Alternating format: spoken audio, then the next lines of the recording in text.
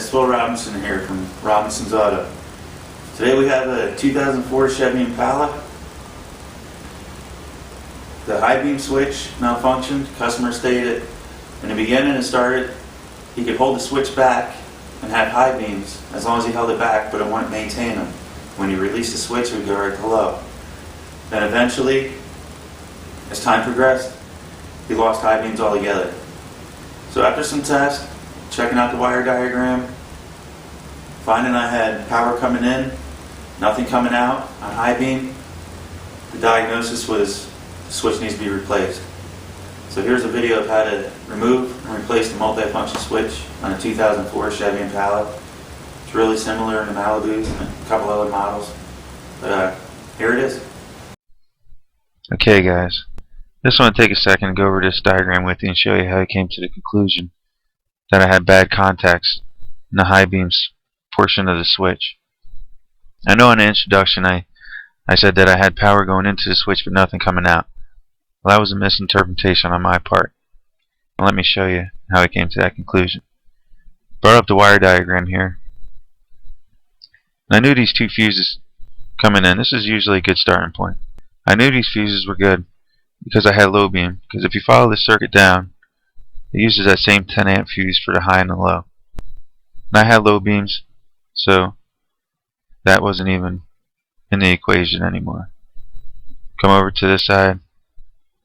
As you can see, low beams and the high beams share the same circuit. The only thing different here is that it goes through the daytime running light relay. I already dismissed that as a problem because the daytime running lights worked fine. I just had no high beams. So I knew I had power going to the high beam bulbs. So my problem must have been on the ground side of the circuit. So if you follow that down, I'm going to grab a hold of this again. If you follow this down, you'll see that the multifunction switch uses the ground side of the circuit. So this is where your ground comes in. So let's follow that back up. Right here's another headlight, another relay. What this does, it controls the ground side of your circuit. I knew this was working because I had low beams. So because if this wasn't completing this ground, you would have neither high beams or low. So as you can see, when power is applied to this relay, this contact will close, completing your ground and bringing it down to your headlight switch. So I knew I had a good ground going into the switch because I had low beams.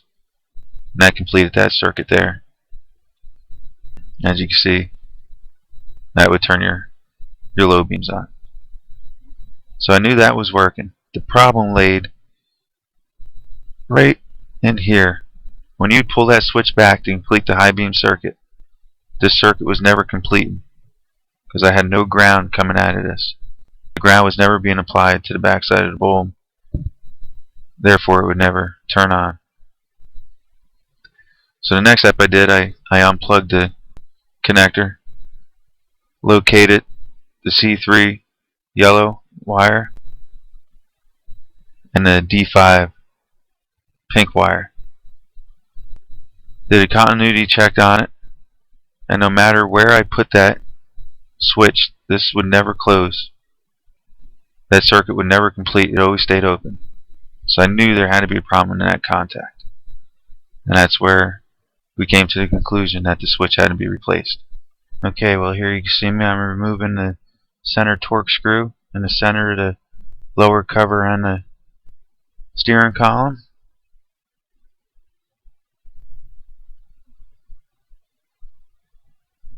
And got that removed. So I moved down to the lower kick panel. Just little 2 push clips. You push them in and the panel will fall down out of your way. Just place it somewhere where it's, where it's not going to be in your way. Alright, here you can see me. I'm removing the 2 fasteners that hold the bottom panel on the dash.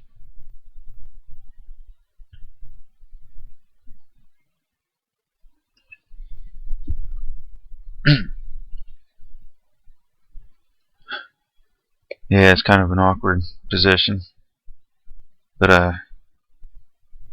you can probably find a more comfortable way to get to these. I just want to make it easier, user friendly for the camera.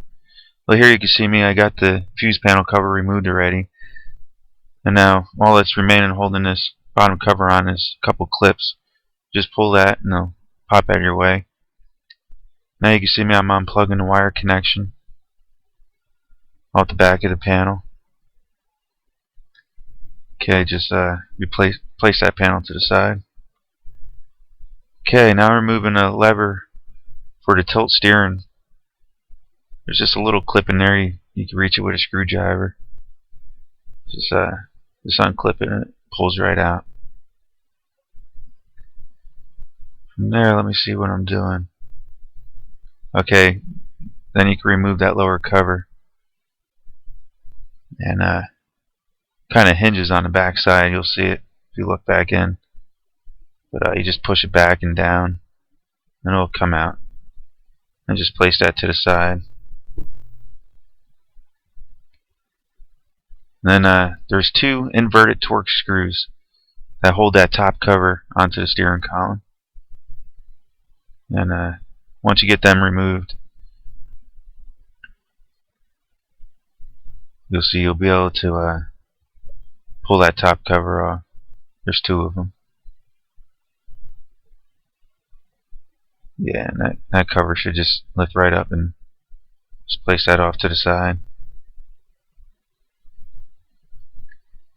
Okay, from there, remove the two fasteners. They're torque screws as well. That hold your multifunction switch to the steering column.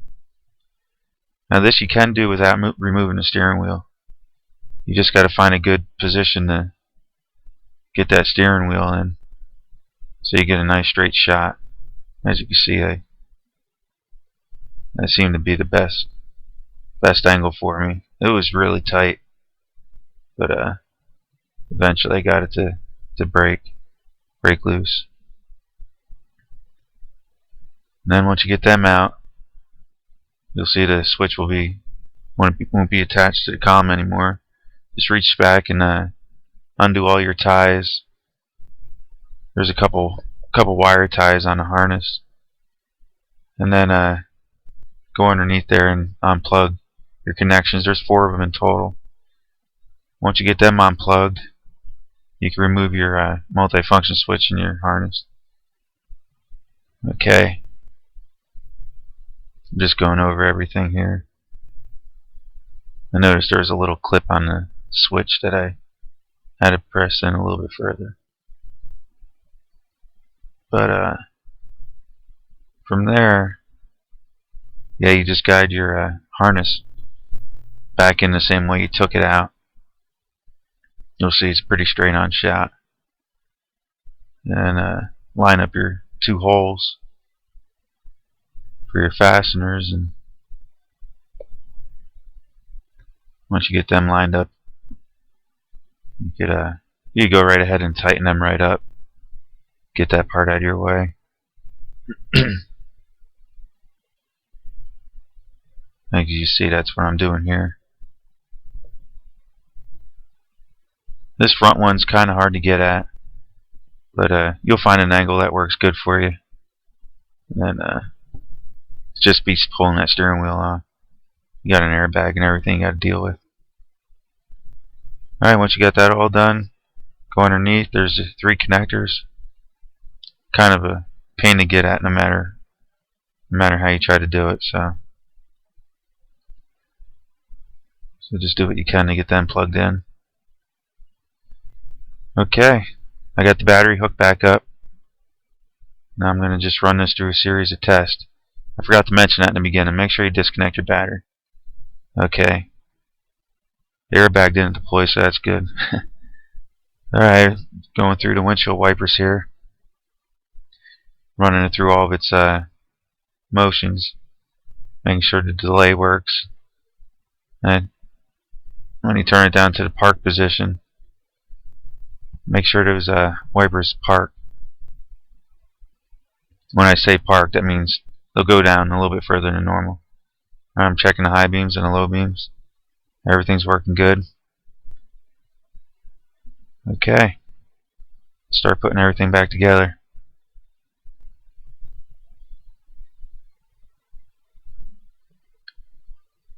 Okay, I already have the top cover in place, so I'm reinstalling the two fasteners that hold that bottom cover on. Okay, now I'm putting the top cover, I should say. Now I'm putting the bottom cover on. And once you get your grommets on each side lined up, there's clips on those two covers that'll snap together.